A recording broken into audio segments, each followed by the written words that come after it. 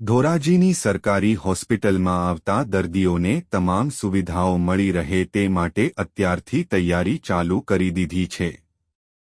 હાલ પણ હોસ્પિટલમાં આવતા દર્દીઓને સારવાર આપવા માટેની સેવાઓ અને સુવિધાઓ ઉપલબ્ધ હોવાનું સજ્જ પણ જણાઈ આવ્યું છે।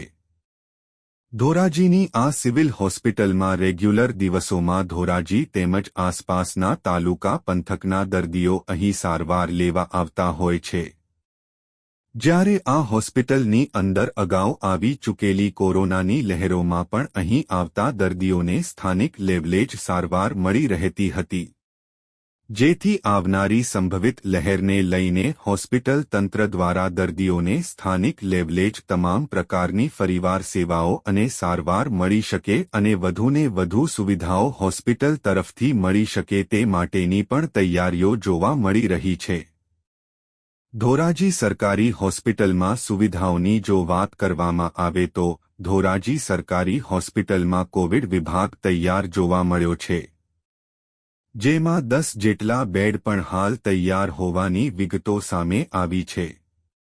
અહીં કોરોનાના દર્દીઓ માટેની પણ મેડિકલની સુવિધાઓ તેમજ સંશોધન હાલ ઉપલબ્ધ રાખવામાં આવ્યા હોવાનું પણ સામે આવ્યું છે। આ સાથે ધોરાજી સિવિલ હોસ્પિટલના અધિક્ષક ડોક્ટર જયેશ વસેટિયાને જણાવ્યું હતું કે જ્યારે અગાઉની લહેરોમાં પણ હોસ્પિટલ તંત્ર તેમજ સ્ટાફ તરફથી દર્દીઓને નજીકમાં તમામ પ્રકારની સેવાઓ અને સારવાર મળી રહે તે પ્રકારની તૈયારીઓ કરવામાં આવી હતી, ત્યારે ફરી એક વખત જ્યારે કોરોનાની સંભવિત લહેર આવશે ત્યારે પણ હોસ્પિટલ સ્ટાફ તેમજ તંત્ર દર્દીઓને સારવાર આપવા માટે સજ્જ છે। રાજ્યભરમાં કોરોનાનો પગ બેસાડો વધી રહ્યો છે તે વચ્ચે ડબલ ઋતુઓના લઈને દર્દીઓમાં વાયરલ ઇન્ફેક્શન પણ જોવા મળી રહે છે। હાલ હોસ્પિટલમાં 500થી વધુ ઓપીડી જોવા મળી રહી છે, જેમાં વહેલી સવારથી દર્દીઓનો લાઈનો લાગી હોય છે। સાહેબ, રાજ્યભરમાં કોરોના પ્રસારો કર્યો છે, શું કહેશો આપણે? કેવી તૈયારી, ઓક્સિજન પ્લાન્ટથી લગાવીને બેડ સુધીની તૈયારી? હું ડૉક્ટર જયેશ વસેટિયા એસડીએસ ધોરાજી ખાતે અધિક્ષક તરીકે ફરજ બજાવું છું। તાજેતરમાં કોરોનાએ જે સમગ્ર રાજ્યમાં પગપેસારો કર્યો છે એ અંગે અમારી એસડીએસ ધોરાજીની વાત કરું તો અમારી હોસ્પિટલ ખાતે 10 બેડનો વોર્ડ અમે સંપૂર્ણ કોરોના માટે રેડી રાખ્યો છે। હાલમાં અમારી પાસે ફિઝિશિયન અવેલેબલ છે, 2 એનેસ્થેટિસ્ટ છે અને ક્લાસ 1ની તમામ જગ્યાઓ ભરાયેલી છે। મેડિકલ ઓફિસર પણ પૂરતા છે।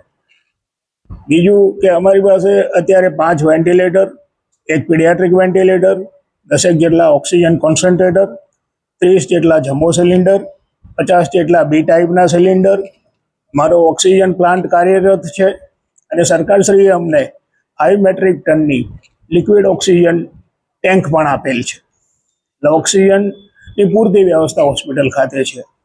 દવાઓની વાત કરીએ તો દવાઓ અમારો મેડિકલ સ્ટોર સંપૂર્ણપણે સજ્જ છે। જરૂર પડે તો અમે રોગી કલ્યાણ સમિતિમાં પણ ખરીદી લઈશું। સ્ટાફની જે નર્સિંગ સ્ટાફની શોર્ટેજ છે એ અંગે અમે સરકારમાં રજૂઆત કરેલ છે। બાકી જોવા જઈએ તો સામાન્ય પબ્લિકને ખાસ તો એ આપણે ધ્યાન રાખવાનું કે બને ત્યાં સુધી ભીડભાડવાળી જગ્યાએ જવું ના જોઈએ અને સેનિટાઈઝર ઉપયોગ કરવો જોઈએ અને બાકી જે કોરોનાની જે ગાઈડલાઈન છે એનું વ્યવસ્થિત પાલન થાય તો આપણે એમાંથી બચી શકીએ। સર, ડબલ ઋતુ છે અને અત્યારે ઓપીડીમાં વધારો શું કહેશો? ઓપીડીમાં વધારો તો 5% જેટલો વધારો છે, શરદી ખાંસી છે એનો।